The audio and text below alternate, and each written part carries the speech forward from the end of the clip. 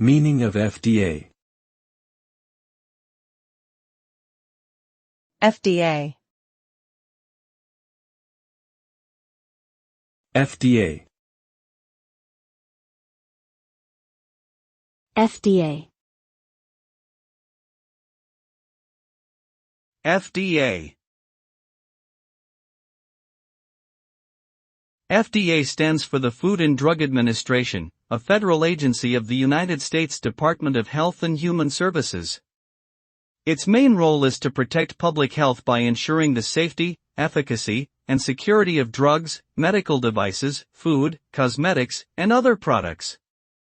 The FDA regulates the approval and marketing of these products, as well as monitors their safety and effectiveness throughout their life cycles.